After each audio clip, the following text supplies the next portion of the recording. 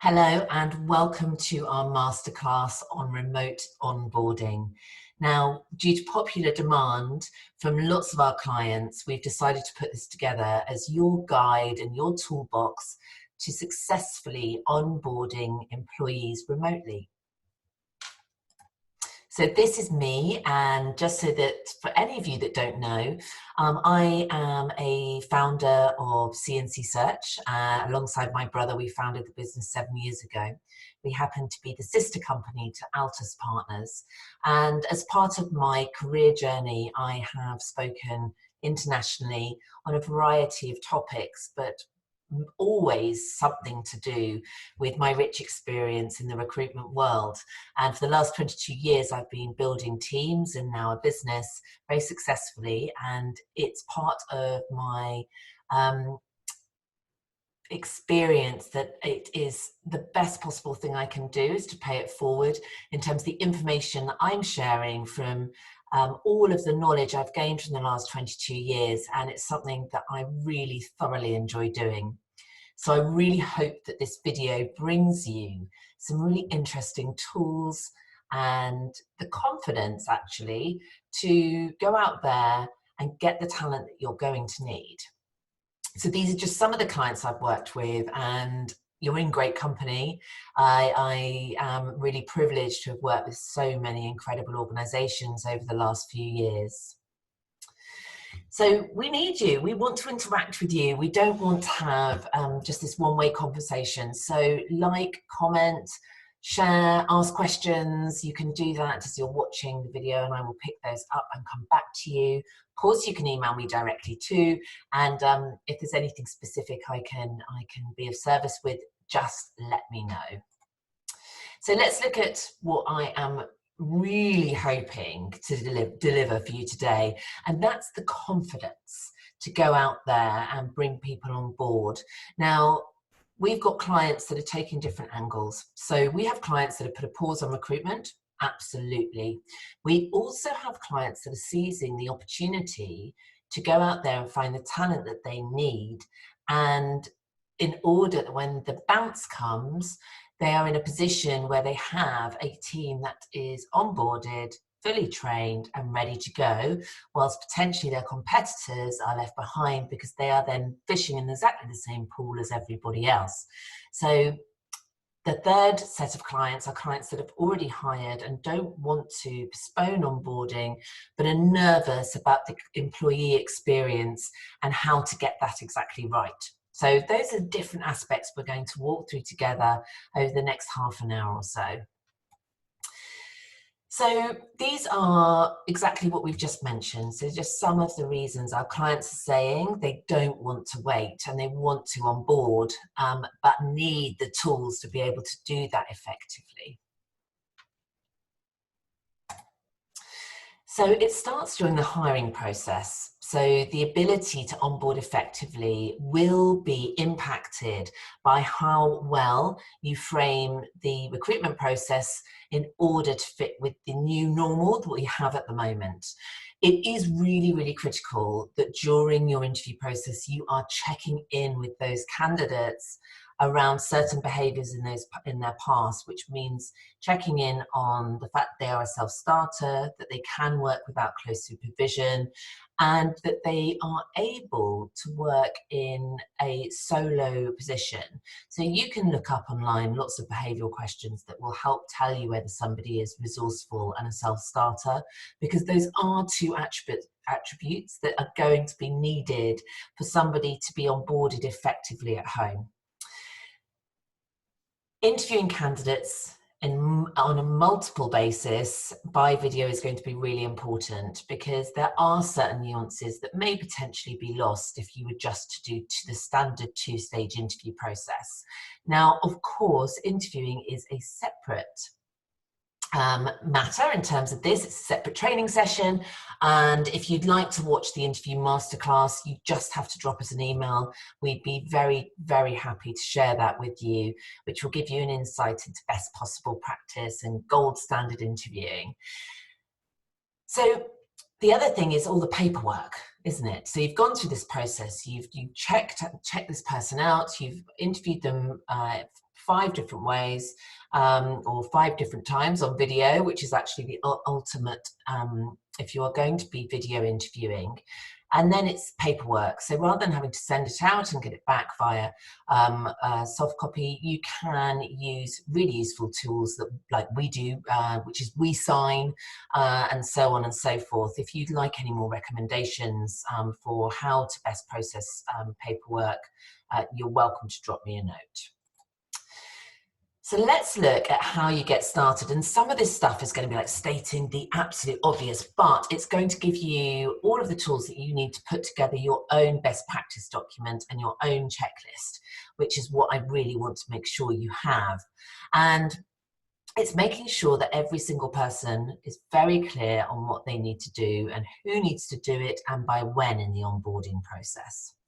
And we know that a checklist is what works best. There are so many pieces of technology that you can use to support that. We use we use Microsoft Teams, which is amazing, but there are many others that you can use that will help you to produce that checklist that you can share across your organization. So making new employees feel welcome. So this is what I've heard a lot from our clients, is that, we'd love to onboard people, but how do we get them to have a sense of our culture, our values, who we are as a business? Is this going to be a way that they're going to feel that they are part of something? And we want to reassure you that yes, absolutely, you can make sure that you have the tools and the softer touches to make sure that that person has a sense of who you are as a wider business. We've noted some of them here, and you can, I think you can use all or some of these. For me, when I consider onboarding remotely, I would want that person to feel welcome. So a lovely personalized email from the CEO, something posted out to home with your branding on it. And we're going to talk a little bit more about buddies. Definitely setting up a get to know you session with their immediate team. That's so important and should be really kept to something personal rather than going through their work induction.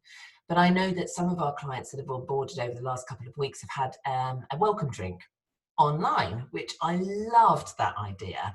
And these are clients that aren't, the masters of onboarding remotely, places like Microsoft and Google. These are companies that this completely breaks away from their traditional model. So I love to see them embracing that. And you have some more there. So things like a desk plan, so they understand who they're going to be sitting next to and where they're going to be in the office. There are some more, sophisticated ways that one of our clients was able to offer an enhanced induction experience, which was they shared the photographs of all of the people that were working in the organization along with their desk plan. And additionally, they got each of those people to send in a picture of them working from home, where they're working, how they're sitting, and it just gives this much greater sense of connectedness. And I've also heard of things like a virtual office tour. So some people had videos of their office, which they shared. But I think just sharing as much as possible as of what makes you you at this moment in time will just completely transform the sense of onboarding. Another one of our clients sent a list of all of the birthdays of all of their team members, and just as a really nice touch. And then you've got all the some of the other stuff to make sure somebody feels they have everything that they need. A schedule of training, clearly critical, and we'll go into that in a little bit more detail as to what I think a gold standard would look like from an onboarding process. I mean, it's obvious. You've got to have the right tools. This person needs to be set up properly. Now, you'd be amazed at how many people, even when they've arrived in offices, don't have a setup or an effective setup. So just make sure that you have your own tick box that somebody goes through and somebody takes responsibility for. But most importantly, that employee has someone to contact with any issues, ideally not their line manager if possible, just because it keeps the building of the relationship with them and their line manager all around guidance and inspiration and knowledge, and rather than the line manager starting to get irritated with this doesn't work or I could do with one of these.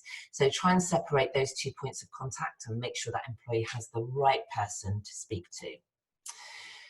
So what I think is just fantastic is having your first 15 days with a checklist of all of the different people they're going to connect with. Make sure that's in both of their diaries and that there's an agenda set for each of those connection points. And that will immediately submerge this person into the team and, I guess, give them a sense that they're important, because each of those people are making that time for them to get to know them and to interact with them. Asking them to do lots of research, perhaps on the company, maybe on the team members that they're going to be working with, and answer a trivia quiz, perhaps at the end of their second week. And also making sure that obviously all of their paperwork is completed and that they know exactly where to find the handbook, where to find a holiday form, all that stuff that people can feel a bit nervous about asking in the beginning. Now, for the leaders, it is even more important with remote onboarding that they are super, super present, that they have the personalized check-in.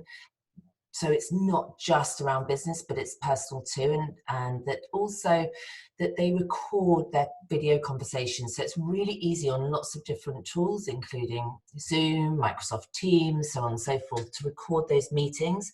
And it just means that if the employee's unsure about something that's being onboarded, they can just click on and refresh their memory rather than bothering the line manager with questions that have already been answered. And making sure that those touch points are regular, that they're scheduled, and that the line manager understands that the relationship building aspect of this person's onboarding experience is their responsibility. So these are the reminder of 5 critical tasks for you. You can see them in front of you. You can use these to really frame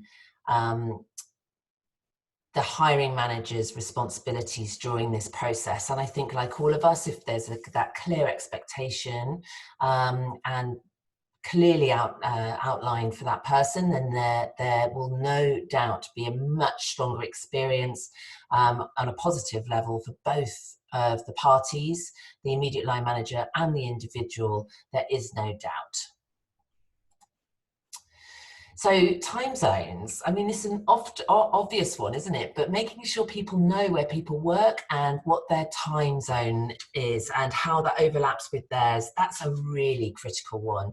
Also asking for time away from keyboard. So it is important that whilst we're working remotely, is that there is an expectation that working hours are completed. Now that's going to be different for every single organisation that we work with, but making sure that if somebody is going to be away from their desk for an hour or is perhaps going off for their lunch, it's the right thing to do during the onboarding process that they just drop somebody a note.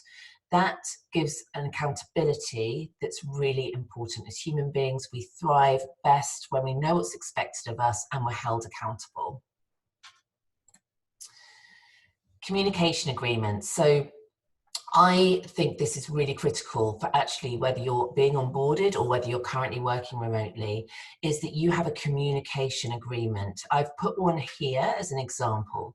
So this is ours. So that if you have a Microsoft chat, it's 24, you'll reply ASAP because that normally means it's part of a conversation.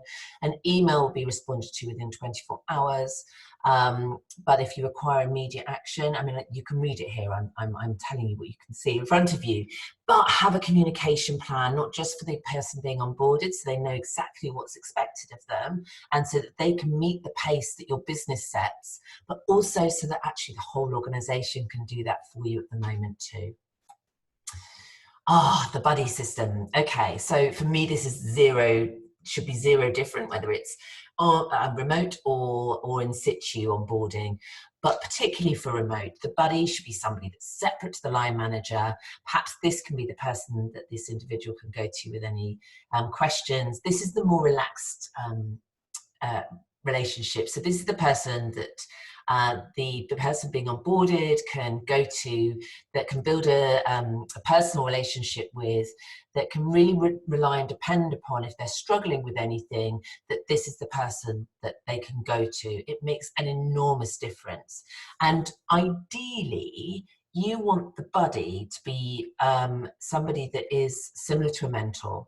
So when we look for buddy systems in our office, we want somebody that is that next rung up the ladder where you want this person to aspire to. So it's that old adage, if I can see it, I can be it. So somebody that exhibits the values, the drive, the determination, the work ethic, that's delivering in a similar role or has been in this role, and that you can buddy this person up with so that they've got someone to aspire to be. 90-day roadmap. Now, this is an invaluable guide for anybody that's being onboarded. It means that they absolutely know how they're going to be engaged over the next 90-day period and what's going to be expected of them, what the actionable tasks are, so you can really explore. Now, it's sometimes when somebody's initially coming on board, I find in the team, when we look at, we do exactly this. We have tasks at the end of each week, and actually those are presented back to the line manager. You may find that useful, you may not. But we ask the broader team what they feel they achieved in their first 3 months, what they feel they ought to have achieved, and how that process could have been enhanced by being more clearly defined. And as a result of that, we do that on a regular basis, so we're up-leveling all the time that induction experience. And so do this remotely. It's even more important remotely. And if it's a document that's shared between the two, between HR, line manager, and the person being onboarded, it means that that communication has a framework, and you can really start to, from very early on, monitor the output of this individual and whether they're going to have the impact that you need. So this leads really neatly on from the 90-day guide, and so you've got your work plan, and you're then going to let them know what measuring tools you'll be using for their performance. So be super clear. And again, this stops that awkwardness when somebody's perhaps not doing exactly what you need them to. You can just draw them straight back to their 90-day plan and how you're measuring their performance, and just let them know there's either something needs to be dialed up or dialed down, all according to the plan that was very explicit from the beginning. So let them know exactly what is going to be expected of them, and you're setting themselves up for success rather than failure. I know so often when we've spoken to people that are perhaps looking to move on from their current organization, it's because there was such a lack of clarity, lack of communication, no framework for performance in that beginning 3 months. It's actually really critical.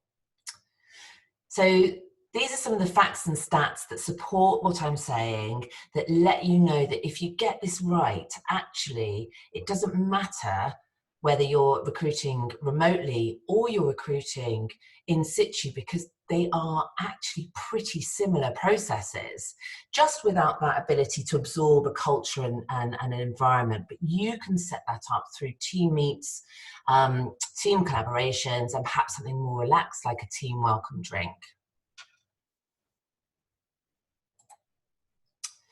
Now, this is the wonderful John Sullivan, who is a guru, thought leader in all sorts of different HR practices. And this is his fantastic checklist for anybody bringing people on board into their organization. He specifically wrote this for remote onboarding, but it's almost identical from the paper that he also wrote about bringing staff on when you're in the office environment. So he has fantastic guide, I think, don't you? And I think the main thing as well is treating the new person coming on board as a celebration, which says so much in terms of messaging to that person coming on board and to the rest of the organisation.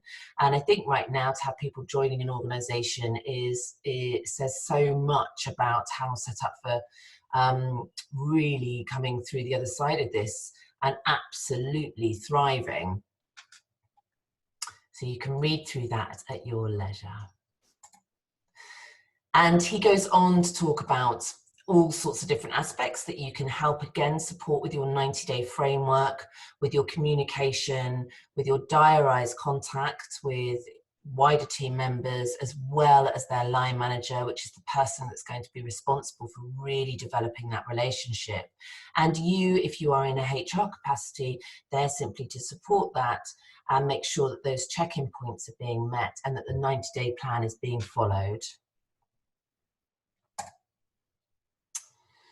And I think from my perspective, and all of the 22 years of experience of interviewing individuals, I think I've interviewed probably, we worked out, my business partner, about 22,000, about 11,500 people over the time. And I know for a fact that people's onboarding experience absolutely shapes so many of their behaviours and how committed and loyal and dedicated they are to that business. So I would urge you to take this time whilst you're onboarding remotely, to take this as your real chance to enhance how you're delivering that onboarding process. And don't be at all worried that it might be remote, because actually just as an effective induction can be delivered, and potentially more easily at the moment, because people have that little more time. They're not being distracted, they're not doing their commute, they're not picking their children up from school. So there is that availability for time, and that's often the thing that impacts onboarding the most, is the limited amount of time that people have for that new starter. I think that values is also really core part of setting somebody up for success, and also for them to understand the expectation. And I know that one of John Sullivan's really strong recommendations is that you find the employees that you feel really embody. I mean, most people have 4 or 5 different core values as a business. And we all know that actually the most successful businesses hire on values, not culture. And as we know, culture is about having a glass of wine and a laugh in the pub on a Friday evening and fitting in with everybody. And values is what drives somebody, what they're focused on, what they want to achieve. And that's what offers symbiosis with the rest of the organization's goals. So I'd encourage you to find individuals within your business that embody your core values, and make sure that this person has scheduled time to catch up with those individuals and understand how they demonstrate those values and why they're so important. Because of course, imparting to this individual that they have a purpose is critical, not just in the 90-day plan, which gives them a sense of immediate purpose, but also in terms of what the business is trying to achieve, whether it's for their clients, for their customers, or for the greater good if they're an NGO, etc. Now, we are producing regular videos because we are all about adding value. So this is what we need from you. We will keep producing this content. Let us know what might be important or particularly salient for your business right now. You can reach out to me at Lucy at C&C Search.co.uk. You can find us on LinkedIn, on Instagram, all those great platforms. We are qualified in, both my brother and I we're business partners, both love learning. And as a result of that, we have some great qualifications, including Hogan Psychometrics and SHL, etc. So we have all sorts of different ways that we enhance our value offering to our clients. And we'd love to share any of that with you. So we need you to interact with us so we know whether what we're doing is of use. These are our fabulous group of companies. We have specialists in most areas of recruitment, although remain boutique, privately owned. We're also involved in all sorts of different business forums and lots of different ways. We are instrumental in paying that forward, particularly around the female pipeline in business, and our more recent projects in diversity and inclusion. And so reach out, talk to us. We'd love to hear from you. And I really hope that some of this has been useful. Have a fantastic day.